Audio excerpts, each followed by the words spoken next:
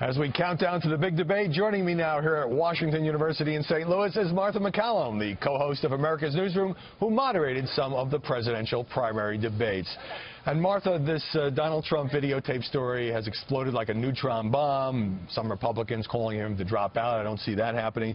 Do you have a sense that some folks in the media are kind of cheering this on, kind of enjoying this twist and watching the setback for the Trump campaign?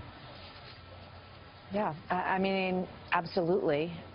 You know, you have to ask yourself about the coverage of this issue and how important this moment really is in terms of measuring a presidency. However, as you and I well know, we live in a world where people sort of want to digest scandalous material at a level that is really unprecedented.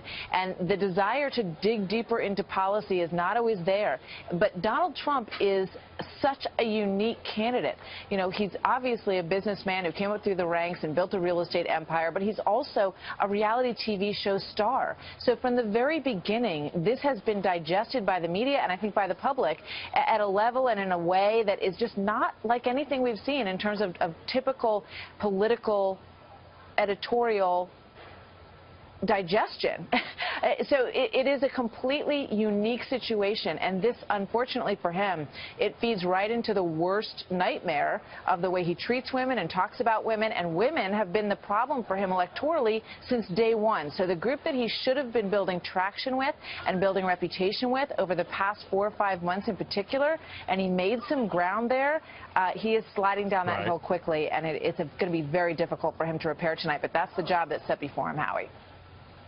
Right, yeah, white hot focus on that and relatively little focus on the WikiLeaks dump on Hillary Clinton. But let me ask you this, because we've got the debate coming up. Anderson Cooper of CNN, one of the moderators, ABC's Martha Raddatz the other. CNN just now reporting that both moderators will make the Trump videotape, Access Hollywood, talking about groping women, the focus of the opening set of questions. Does that seem right to you? And is there any danger that it will end up overshadowing the economy and taxes and terrorism and other issues that Americans obviously care about? Yeah.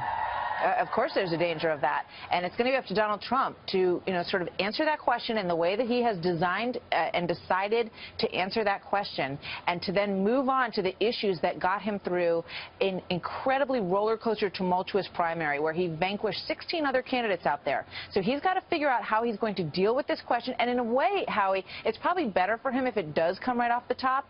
You know, Hillary Clinton is also going to have to answer to these WikiLeaks stories that have come out about her public versus private persona, and they better press her on that as well. I mean, they are going to have to be seen as coming at these candidates fairly. I really question why the Trump campaign did not put Donald Trump out there last night, why he didn't do a sit-down interview with a, you know, sort of neutral party to talk about his life, to talk about the way he sees things, to, you know, express, you know, his apology to women that he offended with this. He could have gotten this story a little bit behind him in a well-crafted appearance last night. And I really think that that's going to be one of the questions that continues to dog him. Why didn't they do that last night?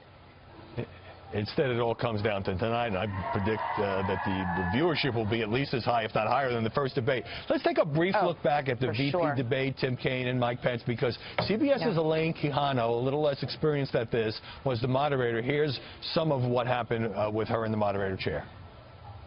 You can't meet the Nixon standard. The people at home cannot understand either one of you when you speak over each other. I would please ask you to wait until it is that the other is finished. I was in Washington, D.C. on 9/11. I saw the clouds of smoke rise from the Pentagon. I was in Virginia, where the Pentagon's located. I know you were.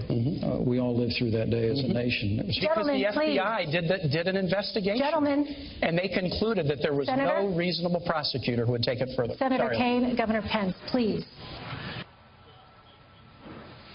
There was so much crosstalk in Farmville, Virginia, it was hard to hear. Got about a minute. Did Lady Quijano lose control of that debate? And is there any danger of that happening tonight in St. Louis? Yeah, I think she did a little bit. I think both of those guys came in, you know, sort of loaded for bear and ready to jump in on each other. Tim Kaine said that even his wife told him he interrupted too many times. I think it was like 72 times or something. And I don't think it really reflected well on him. But I do not expect that to happen tonight. I don't think Anderson Cooper or Martha Raddatz, who I ran into briefly this morning and asked her how she felt about tonight, she said, sure, I'm nervous. You know, if you're not nervous, you're not going to be on your A game.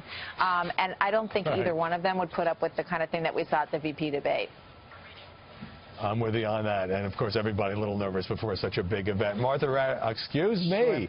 Martha McCallum, great to see you. We get confused all the time. Marthas today. Thanks, Howie. We'll see you later on our show.